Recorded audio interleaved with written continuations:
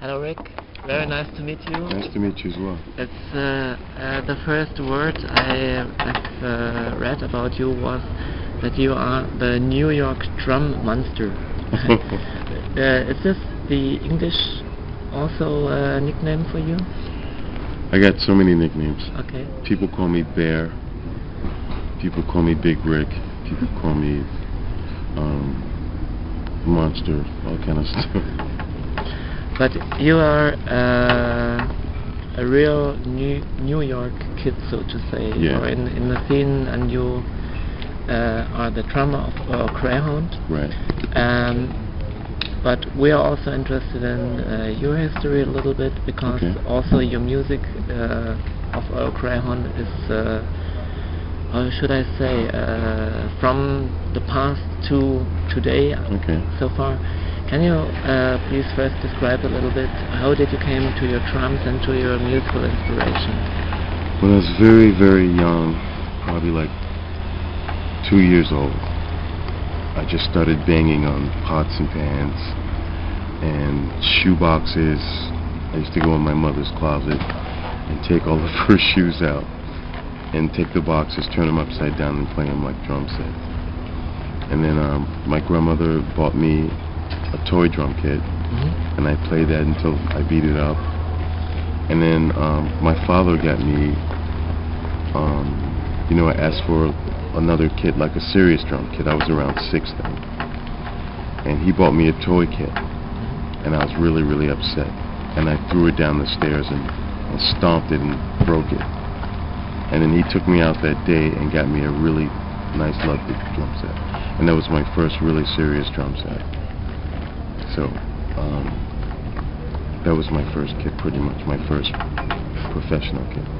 Okay, and so then you began to play drums more and more, become a musician? Yes.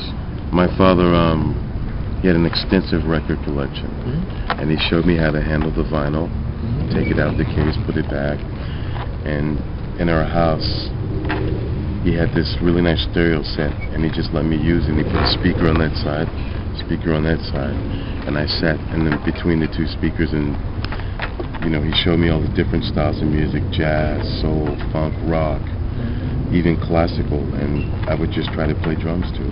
Okay. Did you have special influences by some musicians? Yeah, I've always been in love with Buddy Rich, Gene Krupa. My mom used to listen to a lot of that stuff when I was still in her belly. And so, when I was born, that stuff was around. Okay. And then later you met the two others from Earl Greyhound, and yes. I think, if I informed correctly, about 5 or 6 years before. Yeah, it's been about 5 years ago. Okay. Was it an easy decision for you to be a member of Earl yes. Greyhound? I had my best friend call me. His name is Kirk Douglas. He plays guitar with the Roots, which is a really big hip-hop band. And right now they're in New York on a big late-night show called Jimmy Fallon, which is a huge show. So they're the house band on there now. But he called me one night, and he says, "Rick, you got to see this band. I just saw this band. They were awesome. Great rock trio." And I said, "Okay." And that was like 4 in the morning. So then he called me again. I went to sleep, and he called me again at 8. And he says, "Rick, you got to see this band." I said, "Okay." "When are they playing?" And he said, "Next Tuesday." So we went to see them, and I was just like, wow. I was in love with them the first time. And then I saw them a few more times, but it wasn't until the 3rd time that I realized it. I realized that they needed a drummer, because they had a different drummer every time I saw him. So I gave Matt my phone number. And finally he got around to calling me, and he said, "Let's jam out tomorrow." So the next day we jammed for like 2 hours straight, and it was just awesome. And then he said, "Okay, we'll give you a call." I know you are here, so to say. So we'll give you a call. And so they called me like about an hour, 2 hours later, and they asked me did I want to join the band, and I said definitely. Okay. So then we practiced for like about a week, and then we just went on the road, and we've just pretty much been on the road ever since. And so you take about nearly 5 years on the road, plus after a long while there was released the actual record called Suspicious Package. Sorry. Yeah, it's right. May I use it? Try it once more. Sure. Suspicious Package. There you go. That's the actual album. Can you give us some background how the songs were created? And well, we spent some time. One of Matt's friends, his brother, who lives in New York now. They used to live in San Francisco, but he went to school with this guy, and we were house sitting for them in Connecticut. And so we were working on these songs. We all had some ideas. Matt had some ideas. Kamar had ideas, and we just started putting them together and working on the songs. You know, we kind of like wanted to make a demo out of the material we had. So we made a demo there. We listened to it and we liked it. So that pretty much became what we were going to use in the album.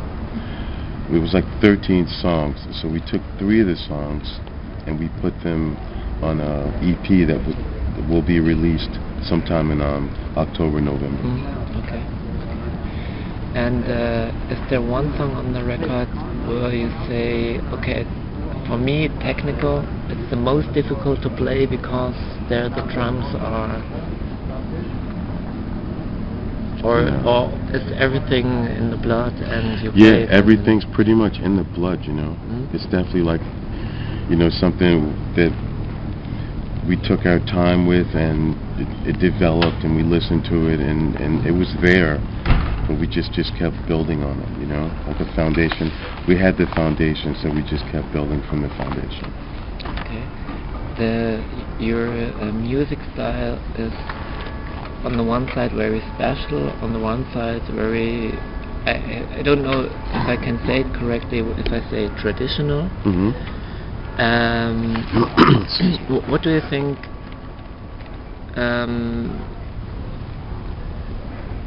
How should I say it? Sorry for the big thinking about it, but you're playing such a modern old rock, so to say. Right. Sorry for that. I hope it pronounces not yeah. bad, in a bad way, but it's definitely like where an do old you school. get today this very good old spirit? Isn't this difficult sometimes?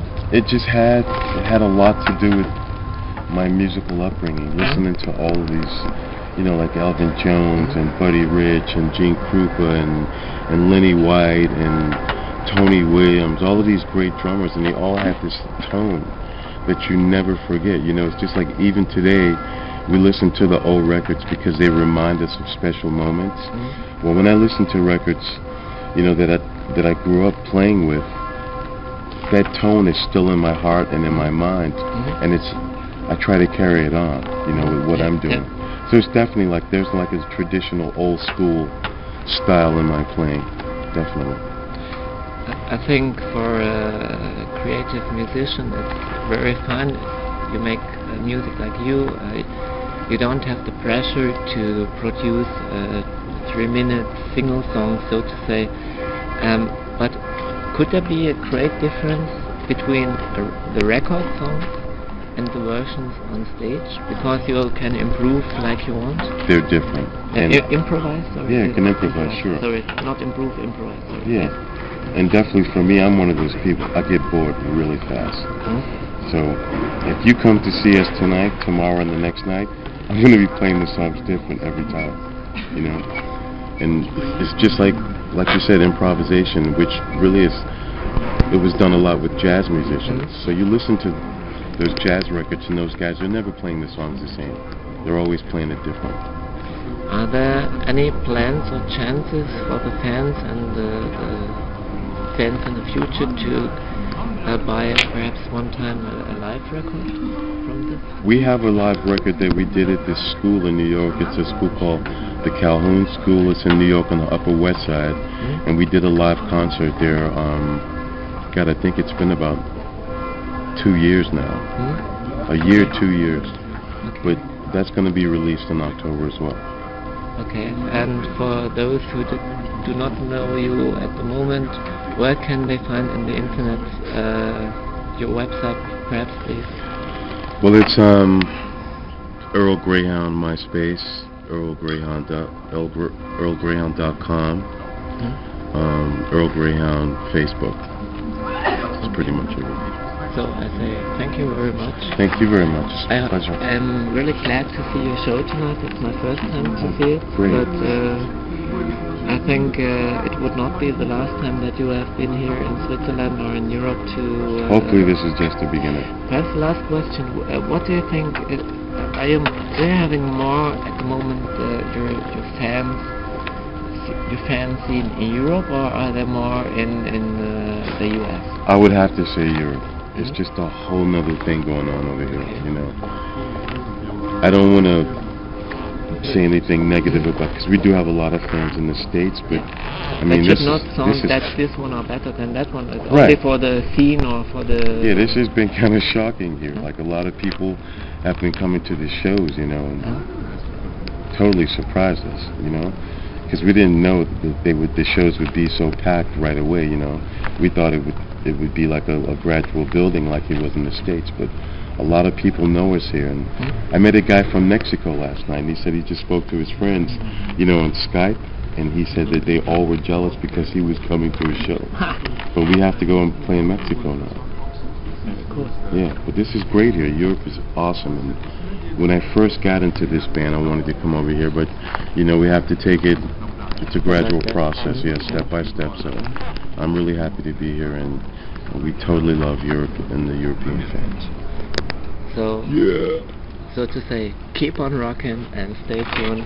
Keep on rocking and stay tuned. Yeah. Thank you so much.